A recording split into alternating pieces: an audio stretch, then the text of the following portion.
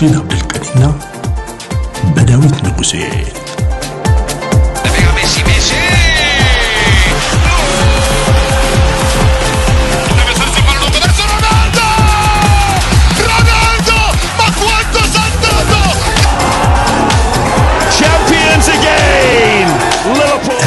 HD Sports ተናስልን ክብራትና ክብራን እንዴት ናችሁ ብለናል።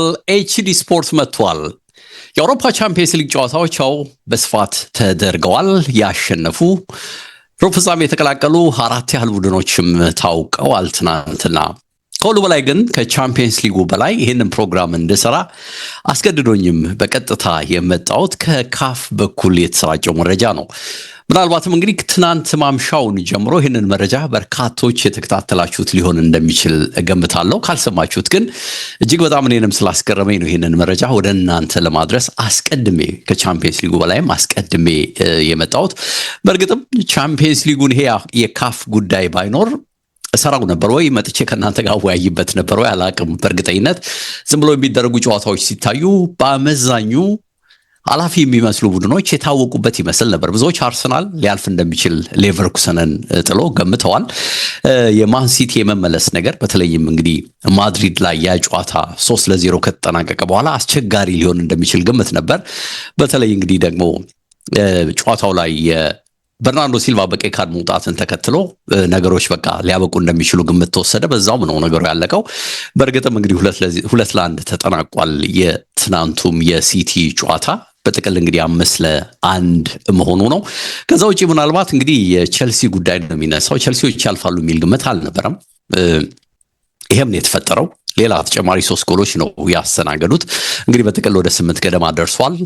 የኮቹ የመቆየት ነገር አጣብቂኝ ውስጥ የገባበት ሁኔታ ስለመፈጠሩ መረጃዎች እየወጡ እንዳለ እየተከታተለ ነው። ከሁሉም በላይ ግን ምናልባት አስደናቂ ሊመስል የሚችለው የስፖርቲንግ ሊዝበን ቦዶ ግሊምትን 5-0 አሸንፎ በጥቅሉ 5-3 ያለፈበት ነው። በመደበኛ ደቂቃ ይሄ ጨዋታ 3-0 ሆኖ ተጨማሪ 2 ጎሎች ለማግኘት ስፖርቲንግ ሊዝበን እንግዲህ ጭማሪ ሰዓት አስፈልጎት ነበር።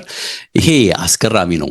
ለብዙዎች ይሄ ይቀለበሳል የሚል እምነት አልነበረም። በተለይም ቦዶ ግሊምቶች ይሄንን ጨዋታ የመጨረስ እድል አላቸው። ጎሎችን ያገኙም ስለነበር ትልልቅ ቲሞችን የሚያስቸግሩ ስለነበር አትሊስት 1 ጎል ማስቆጠራቸው አይቀርም የሚል ሐሳብ ነበረ። ግን በተቃራኒ ሆኖ እንግዲህ ከዚህ ውድድር ወጥተዋል። ከወዲሁ እንግዲህ አርሰናል ተጋጣሚ ስፖርቲንግ ሊዝበን መሆኑ ታውቋል። ሌሎቹ በጥቅሉ እንግዲህ በዛሬው ዕለት የሚደረጉ ጨዋታ ውጤቶችን እና የነዛን ጨዋታዎች ውጤት አሸናፊዎች መጠበቃቸው ግድ ነው የሚሆነው። ምናልባት ወደኋላ በዋናነት የመጣሁበትን ጉዳይ ካስረዳዋችሁ ከገለጽኩላችሁ በኋላ በቻምፒየንስ ሊጉ ጉዳይ ላይ የተወሰነ ነጥቦችን ለመሰንዘር እሞክራለሁ። አስገራሚው ነገር እንግዲህ ገርሞኝም ወደዚህ ፕሮግራም እንድመጣ ያስገደደኝ ነገር የአፍሪካ እግር ኳስ ኮንፌዴሬሽን የሞሮኮ እግር ኳስ ፌዴሬሽን ባለፈው የተጠናቀቀውንና በሴኔጋል አሸናፊነት ያለቀውን የአፍሪካ ዋንጫን በተመለከተ የወሰነው ውሳኔ ነው። ይሄ ውሳኔ እንግዲህ ዋንጫው ሴኔጋሎች ሜዳ ጥለው በመውጣታቸው የተወሰኑ የተጠቀሱ ሕጎች አሉ። በዝርዝር እናያቸዋለን። እነሱን በመጥቀስ የሴኔጋልን አሸናፊነት ነጥቆ ከ57 ቀናት በኋላ አሸናፊነቱን እንግዲህ ለሞሮኮ ሰጥቷል። ሞሮኮን የዚህ ውድድር አሸናፊ አድርጓታል። ፎርፌ በሚል ነው እንግዲህ በተለምዶኛ ፎርፌ በምንለው 3 ተጨማሪ ጎሎችም ሰጥቶ ጭምር ይህንን ይፋ አድርጓል። ትናንትና ነው ይፋ ያደረገው።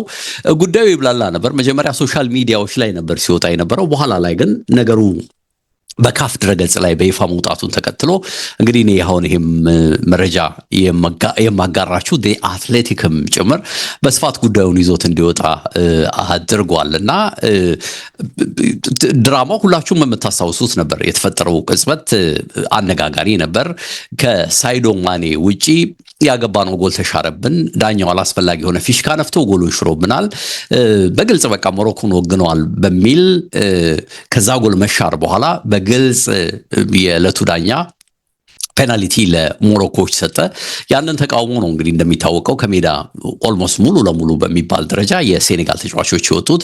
አምበሉ ሳይዶ ማኔ ሜዳ ላይ እንደነበር ይታወቃል። ግን ተጫዋቾች ከሜዳ እንዲወጡ የሞሮኮ የሴኔጋሉ ብሔራዊ ቡድን አሰልጣኝ የራሱ አስተዋጽኦ እንደነበረው ብዙዎቻችሁ ታስታውሳላችሁ። ግቡ እያለ ነበር ሲያበረታታ የነበረው።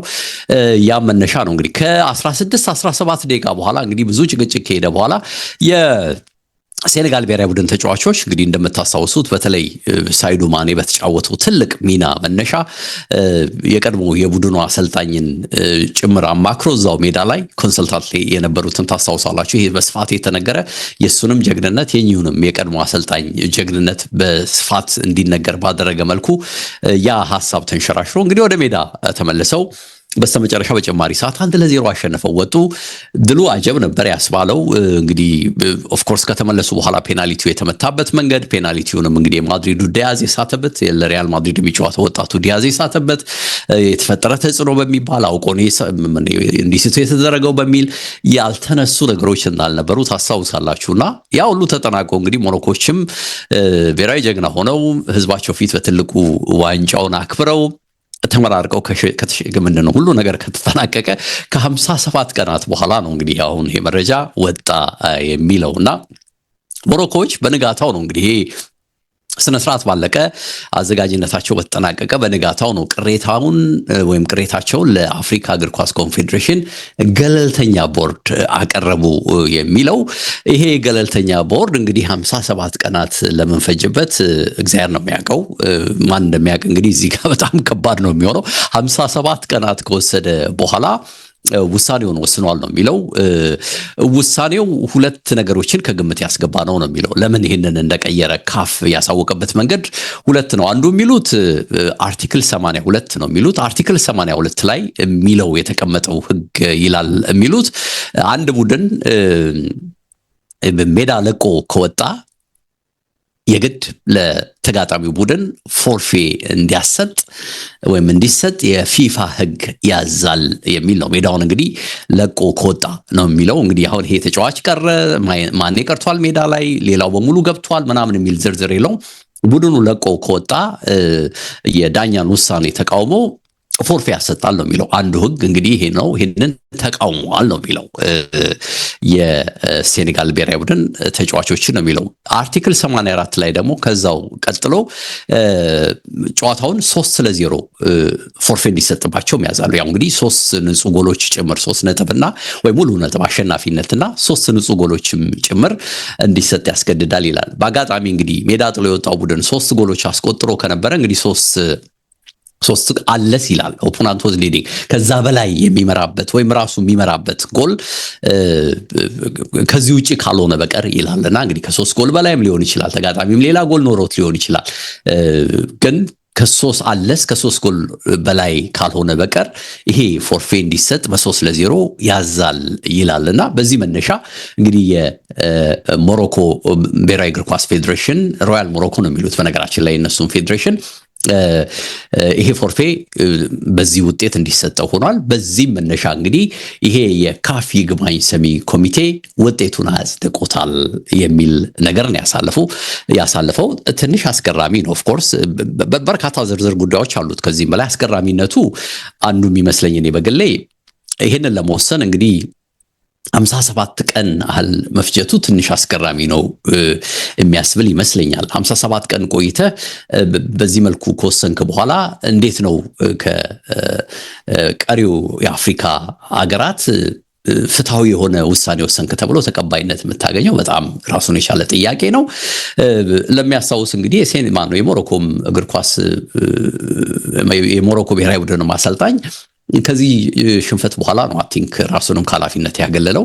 አሁን ደግሞ እንግዲህ ዋንጫ ለእናንተ ተሰጥቷል ተብሏል። ኦኬ ለተጫዋቾቹ ሜዳይም ዋንጫም እንግዲህ ተሰጥቷልና ያንን ዋንጫ ያንን ሜዳሊያ በምን መልኩ ነው ይሄ ካፍ የሚሰበስበው? እንዴትስ ነው ከተጫዋቾቹ መልሱ ሊል የሚችለው? ራሱን የቻለ ትልቅ ጥያቄ የሚያስነሳ ነው። ከሁሉም በላይ ግን ሁሉም ሊያየው የሚችለው ኦኬ ህጉ እንዲህ የሚል ከሆነ በለቱ ያሁሉ ቅጽበት 16-17 ደቂቃ ሜዳ ላይ ሴኔጋሎች ተለምነው እንዲገቡ እስኪደረግ ድረስ የካፍ ዳኞች ይህንን የመወሰን አቅም ነበራቸው።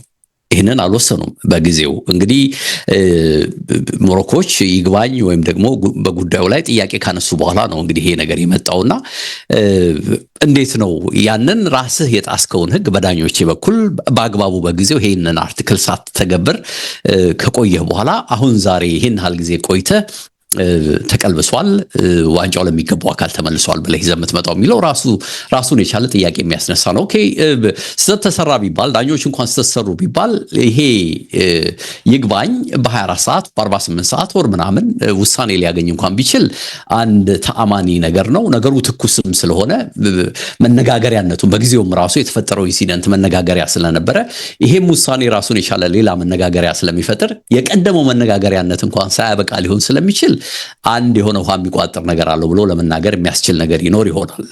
ግን አሁን ይህንን ሁሉ ጊዜ ቆይቶ በዚህ መልኩ ይህንን ውሳኔ ይዞ መምጣት እንግዲህ ምን ያህል አሳፋሪ፣ ሁሉ ጊዜ አሳፋሪ በቃ ከአቅም በታች የሆነ ስራ እንደሚሰራ በጣም ጥያቄ ውስጥ የሚከት ነው የሚመስለው። ከዛ ውጪ ራሱ ሞሮኮም ቢሆን በዚህ መልኩ ጉዳዩ ከተጠናቀቀ በኋላ ሁሉም ከረሳው በኋላ ይሄንን አይነት ውሳኔ ሲያገኙ እንዴት ነው ውሳኔውን በጸጋ የሚቀበሉት የሚል ነገር በጥያቄ መልስ እንዲነሳ የሚደረግ ይመስለኛልና በግራም በቀኝም የወጡ ሐሳቦች አሉ። ሞሮኮች በሰጡት አስተያየት በፌዴሬሽኑ በኩል ህግ ዋንጫው የመምጣት ያለመውጣት ወይም የኛ አሸናፊ መሆን አለመሆን ጉዳይ አይደለም። ጉዳዩ ከህግና ህግ ጋር ብቻ የተያዘ ነው።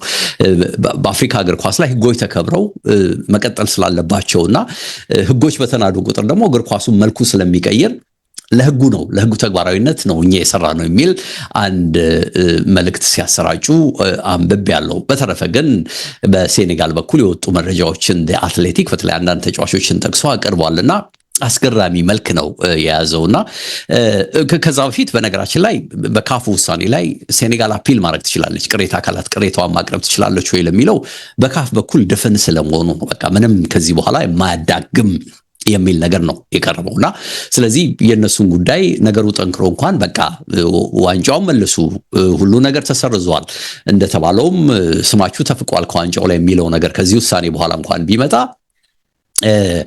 ወደ ገላጋይ ፍርድ ቤት ነው ሊሄዱ የሚችሉት። እንግዲህ ክፍት ሊሆን ከቻለ ወደዛ ነው የሚሄዱት። ወደዛ ይሄዳሉ ወይ ሁኔታውን እንዴት ይቀበሉታል?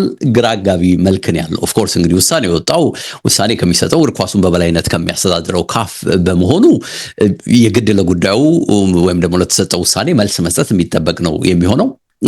ከሴኔጋል እግር ኳስ ፌዴሬሽን በኩል የወጣ ነገር ጉዳዩን ከሰሙ በኋላ የሚጠበቅ ነገር ቢኖርም the only thing በራሳቸው ድረገጽ በኩል የተሰራጨው አንድ ነገር ቡድኑ ሴኔጋል ከተመለሰ በኋላ ከህዝቡ ጋር ዋንጫውን ያከበረበትን በክፍት ባስ ሆነው ከተማ ለከተማ እየዞሩ ዋንጫውን ያከበሩበትን ስነስርዓት የሚያሳይ አንድ ቪዲዮ ብቻ ነው ተያይዞ የተለቀቀው። ከዛ ውጪ ግን በርካታ ተጫዋቾች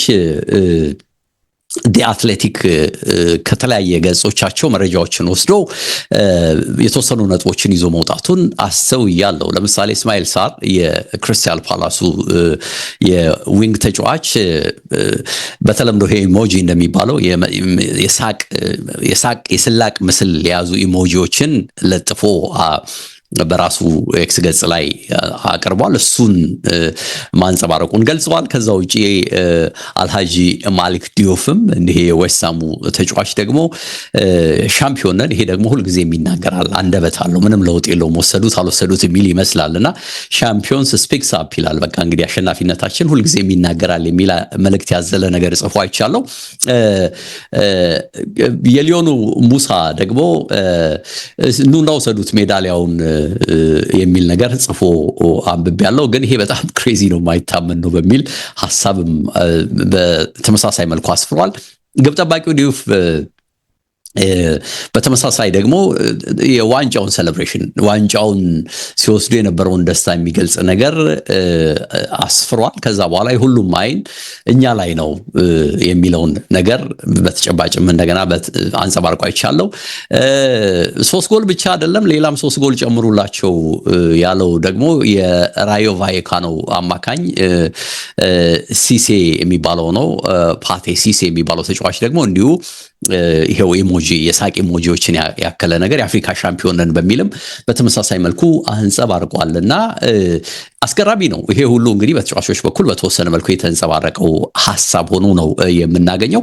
እንዳልኩት በግልጽ እንግዲህ በሴኔጋል እግር ኳስ ፌዴሬሽን በኩል የተሰጠ ምላሽ የለም። ነገሮች ግን ተጠናክረው ከዚህ በኋላ ሊወጡ እንደሚችሉ ግምት ነው የሚሰጠው።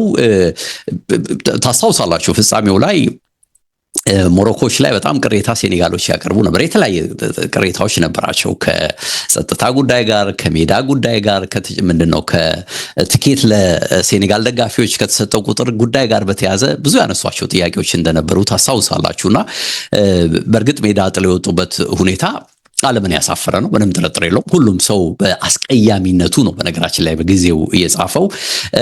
የሞሮኮ አሰልጣኝ ራግራጊ ታስታውሱ እንደሆነ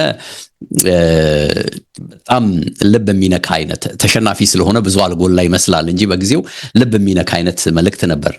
ይሄ ለአፍሪካ እግር ኳስ የምንሰጠው ምስል ምንድን ነው? አሳዛኝ ነው፣ ክብር የሌለው ነው የሚል መልእክትን አስተላልፎ ነበር። ኢንፋንቲኖም በጊዜው ታስታውሱ እንደሆነ የፊፋው ፕሬዚዳንትም ይሄ ትክክል አለመሆኑን በግልጽ አንጸባርቀው እንደነበረ ታስታውሳላችሁና ካፍም ያንን ተከትሎ ውሳኔዎች ወስኗል። ግን ውሳኔዎቹ የሚገርመው ካፍ ሁልጊዜም አንዱን ጠቀም ሌላውን ወገም የማድረግ አይነት ባህሪ እንደነበራቸው እናስታውሳለን። ወደ $1 ሚሊዮን ገደማ ቅጣት በጥቅል አስተላልፏል። ታስታውሱ ከሆነ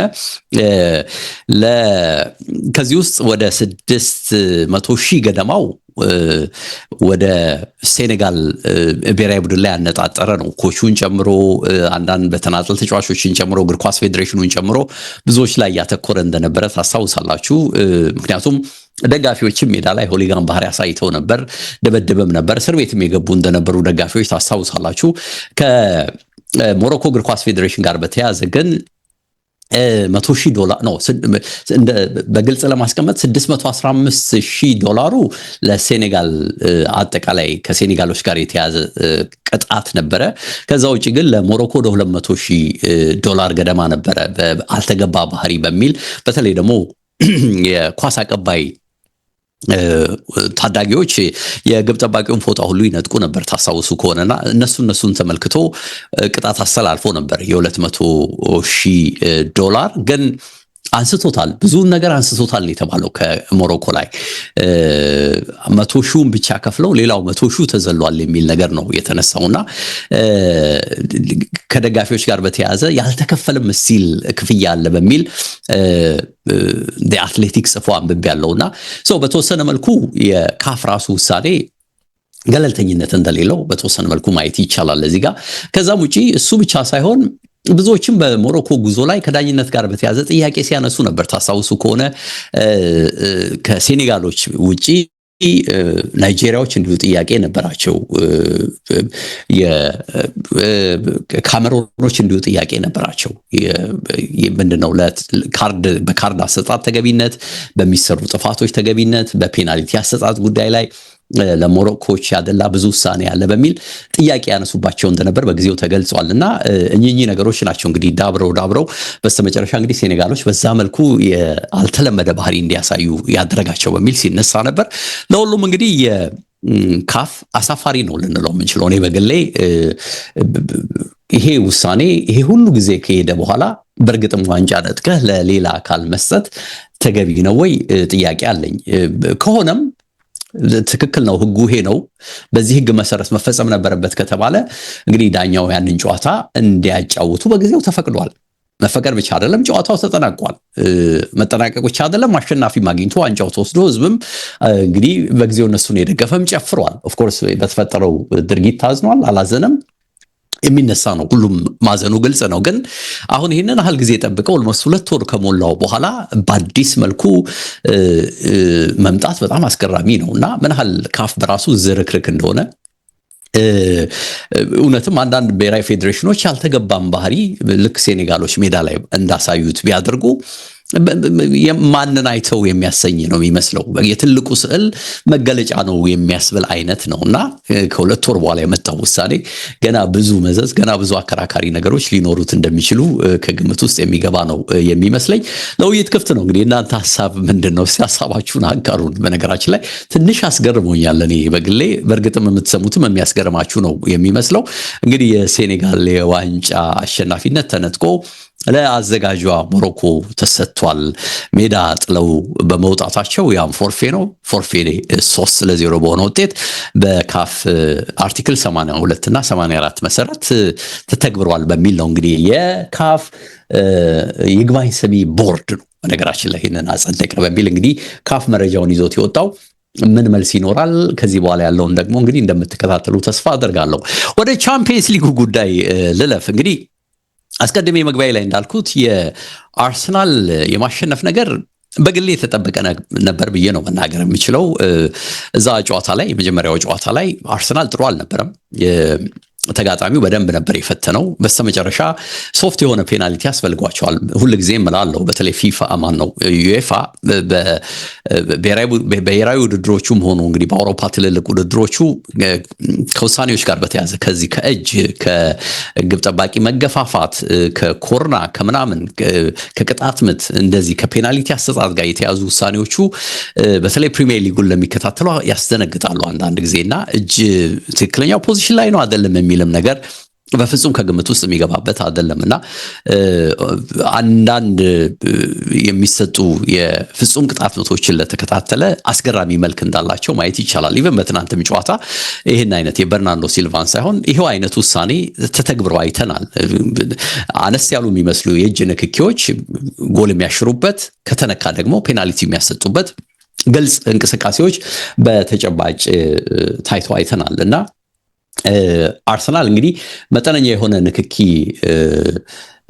በመፈጠሩ ነው ፔናልቲ ያገኘው። እንደምታውቁት የመጀመሪያው ጨዋታ ላይ እንግዲህ ሃቨርትስ ያንን ጎል አስቆጥሮ ነው ያንን ውጤት ይዘው የወጡት። ያ ጨዋታ እንግዲህ 1-0 ተጠናቆ ቢሆን ኖሮ መልሱ ላይ ኢምፓክት ነበረው ወይ አላቅም፣ ለመገመት ይከብዳል። ግን አንዳቻ በመጠናቀቁ አርሰናል እድሉን ይዞ መጥቷል። ፈርስት ሃፍ ላይ ብቻ ይህን ጨዋታ ለተከታተለ አርሰናሎች በግልጽ 3-4 ጎሎች ማስቆጠር ነበረባቸው። ምስጋና ለባየር ሌቨርኩሰኑ ግብ ጠባቂ ግባ እንጂ ጥሩ ኳሶችን አድኗል። በሚገርም መልኩ ኳሶችን አድኗል።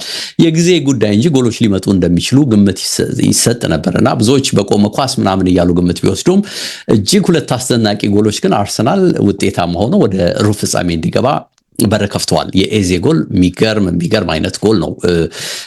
ምናልባት እኔም ራሴ ደጋግሜ ይህን ጎል የማየት እድል ይኖረኛል ከዚህ በኋላ ብሏልና አስደናቂ ጎል ነው እውነት የሚያስቆጠረው። ኳሱን የተቆጣጠረበት መንገድ፣ ኳሱ ከነጠረ በኋላ እንደገና መልሶ የመታውና መረብ ላይ ያሳረፈበት መንገድ እጅግ የሚገርም ነበርና ይሄ ተጫዋች ግብ ጠባቂው ቆሞ ነው ፈዞ እያየው ነው ያንን ጎል መረብ ላይ ያስቆጠረው። ምንም ሊያደርገው አይችልም። እጅግ ፈጣን እንቅስቃሴ ነበረው ኳሱና አስገራሚ ጎል አስቆጠረ። ከዛም በኋላ እንግዲህ ሁለተኛ ጎል ቆንጆ በሆነ መልኩ አሁንም በድጋሜ አርሰናሎች አግኝተው በዴክላን ራይስ አማካኝነት ጨዋታውን 2-0 ገለውታል። ሃቨርትስም ጎል አስቆጥሮ ነበር። ኳሱን እንግዲህ በእጁ በመንካቱ ያ ጎል ተሽሯል። በነገራችን ላይ ቅድም ስጠቅስ የነበረው እንዲህ አይነት መሰል ሁኔታዎችን ነው። አርሰናል እንግዲህ በጥቅሉ 3-1 በሆነ ውጤት ነው ያሸነፈው። ኦፕን ፕሌይ ያገኛቸው በኦፕን ፕሌይ በግልጽ ጨዋታ እንቅስቃሴ ያገኛቸው ጎሎች በመሆናቸው እጅግ አስደናቂ ነው። እንግዲህ የዘንድሮ ምርታውን በሁሉም መድረኮች አንድ ስቴፕ አሁንም ከፍ ብሎ እንዲሄድ አድርጎታል። ፕሮፌሽናል የሆነ የሜዳ ላይ ብቃትን ነው በደንብ በተጨባጭ በቃ ጠንቀቅ ብለው ነገሮችን በደንብ ከውን የወጡበት ነው። እዚህ ጨዋታ ላይ እንግዲህ 1-2 ወይም 3 የሚመስሉ የተጫዋቾች ለውጦች እንደነበሩ አይተናል። የተጎዱ ተጫዋቾች እነ ትሮሳርድንም ጨምሮ ወደ ሜዳ ተመልሰው አይተናል። በየ3 ቀኑ ልዩነት ነው እንግዲህ ጨዋታዎች የሚደረጉት። ግን ይሄ ሁሉ ባለበት የሁሉ ጫና ባለበት ሁኔታ አስደናቂ ፐርፎርማንስ ነው ያሳዩት ማለት ይቻላል። በርካታ እድሎችን ፈጥረዋል። ተጋጣሚ የፈጠረባቸው ይሄ ነው የሚባል እዚህ ግባ የሚባል ጫና አልነበረም። ኦን ታርጌት እንኳን ለመምጣት ወደ መጨረሻዎቹ ሰዓት አካባቢ ነው ያስፈልጋቸው ባየር ሌቨርኩሰኖች። ግን አርሰናሎች ከነበረባቸው እንግዲህ ተደራራቢ ጫና መነሻ ይህንንም ጨዋታ ሙሉ ፕሮፌሽናል በሆነ መልኩ ውጤታማ ሆነው ይዘው መውጣታቸው አስገራሚ ነው። እንግዲህ ከስፖርቲንግ ሊዝበን ነው በቀጣይ የሚገናኙት። የዮክሬሽ ክለብ ነው። ዮክሬሽ እንግዲህ ስፖርቲንግ ሊዝበን ላይ እጅግ የገነነ ስም አለው። ይሄ ቡድን ደግሞ ቦዶ ግሊምትን 5-0 ትናንት በጥቅሉ 5-3 አሸንፎ ነው የመጣው። አስገራሚ መመለስ ነው። በነገራችን ላይ 3-0 በመጀመሪያው ጨዋታ ተሸንፈው ነበር። በፍጹም ይህንን አያደርጉም ተብሎ ነበር ግምት የተወሰደው፣ ግን ነገሮች ተቀልብሰዋል። 3-3 ሆኑ በመደበኛ ሰዓት።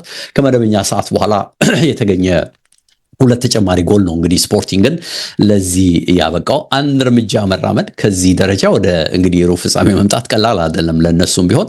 አርሰናል አድቫንቴጁ አሁንም እንግዲህ በቶፕ 8 ውስጥ መጨረሱ፣ በተለይም በውድድሩ አናት ላይ መጨረሱ ከፍ ብሎ አንደኛው ነው መጨረሱ።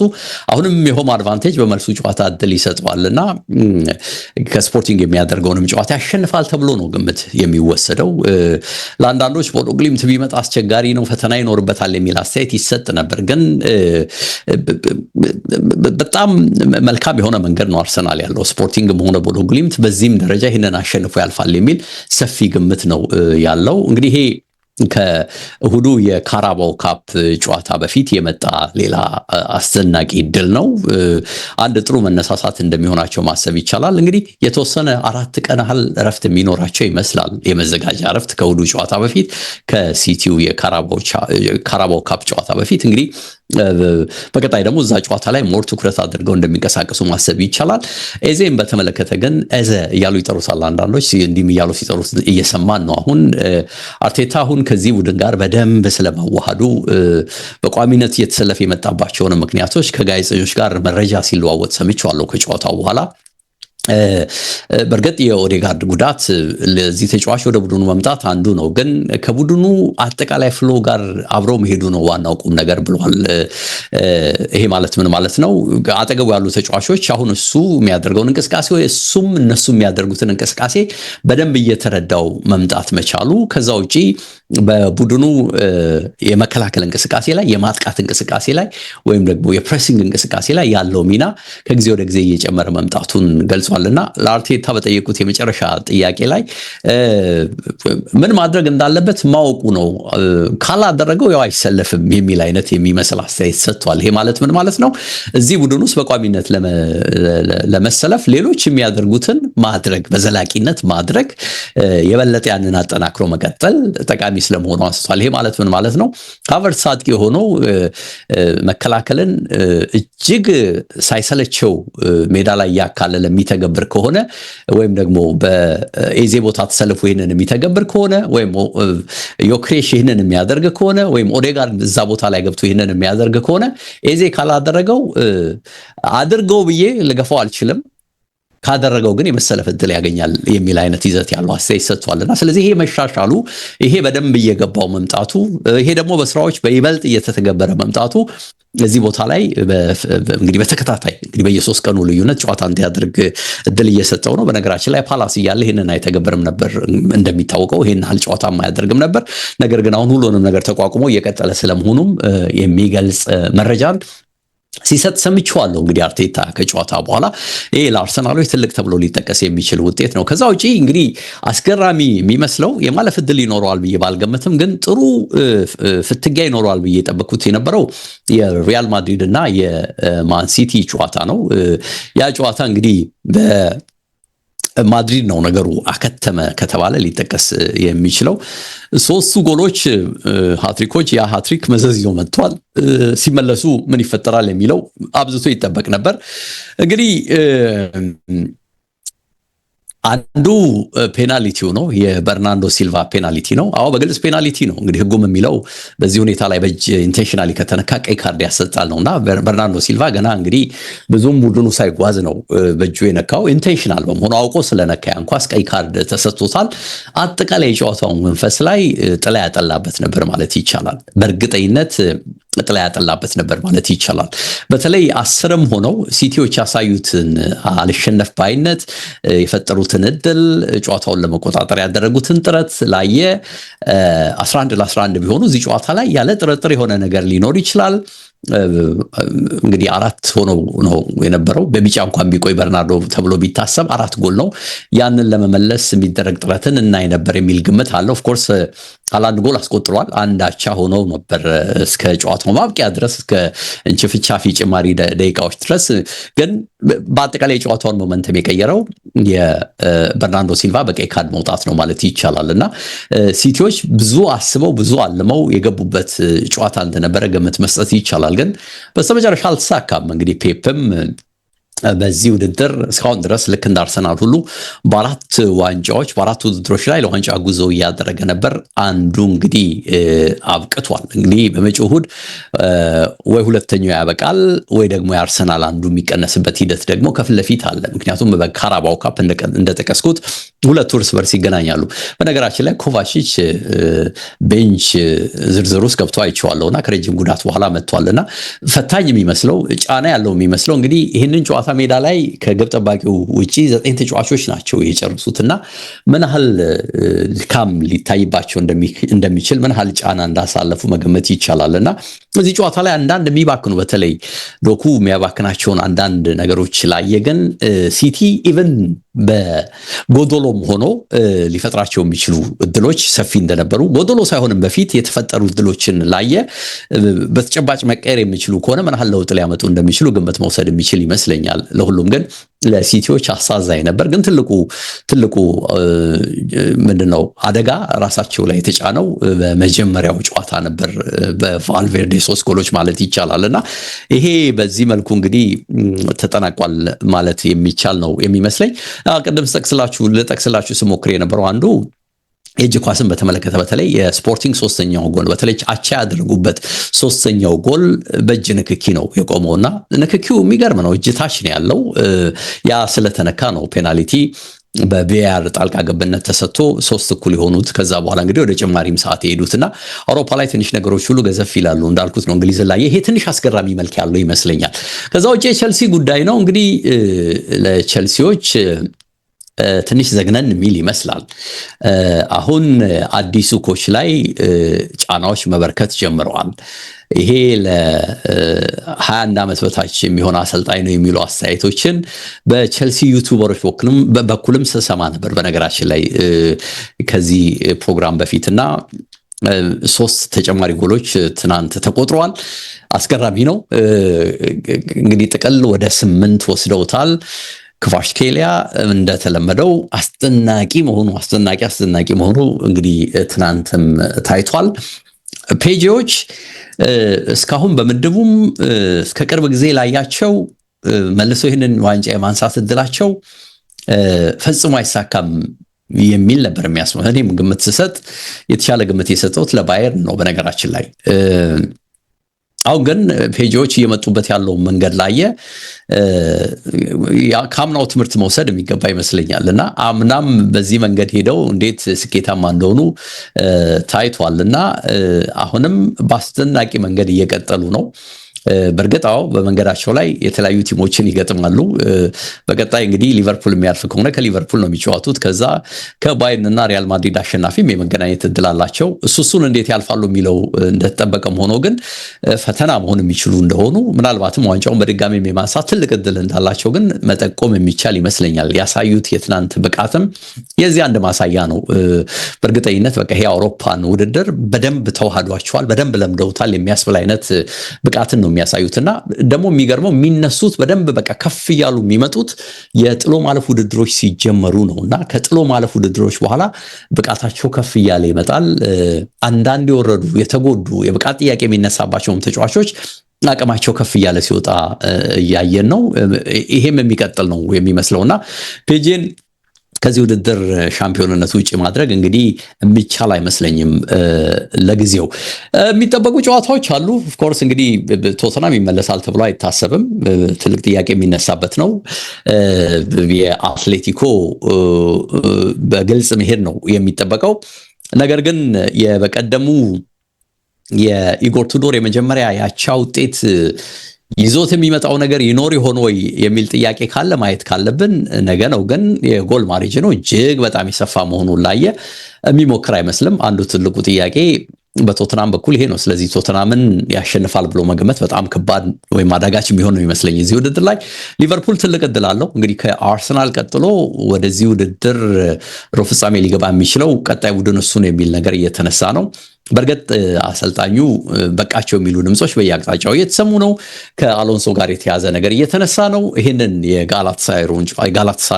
ከጋላታሳራይ የሚያደርገውን ጨዋታ ያሸንፋል አያሸንፍም ማየት አለብን። ትልቁ የሚጠበቅ ጨዋታ ዛሬ እሱ ነው።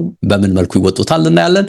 ከዛ ውጪ ግን ሌላው ልናየው የሚገባ የሚመስለው የባርሰሎና እና ኒውካስል ጨዋታ ነው። ይህ ጨዋታ ምን መልክ ይኖረዋል? ራሱን የቻለ አጓጊ ጨዋታ የሚሆን ነው የሚመስለኝ።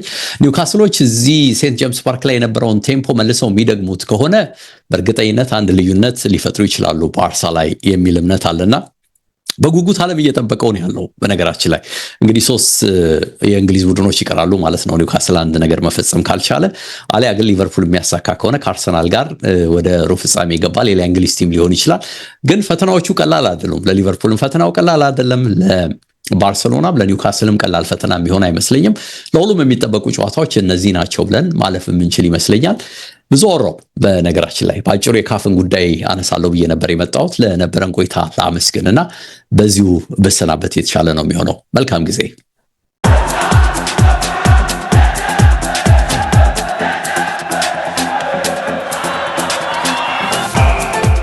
ኤችዲ ስፖርትስ በሁሴን አብዱልቀኒና በዳዊት ንጉሴ